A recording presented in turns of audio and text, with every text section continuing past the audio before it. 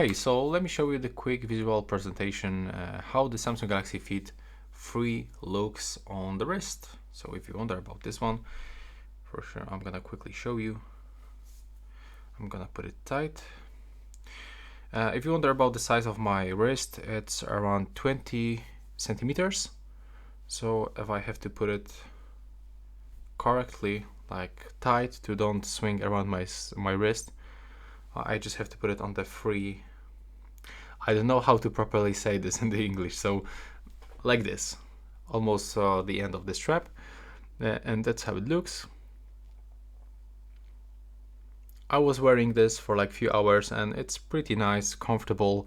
I don't feel any, I mean I don't have any problem with it when it's like for a few hours on my wrist. And yeah, that's how it looks. I'm gonna put it a little bit closer to the camera. There we go. So this is it. That's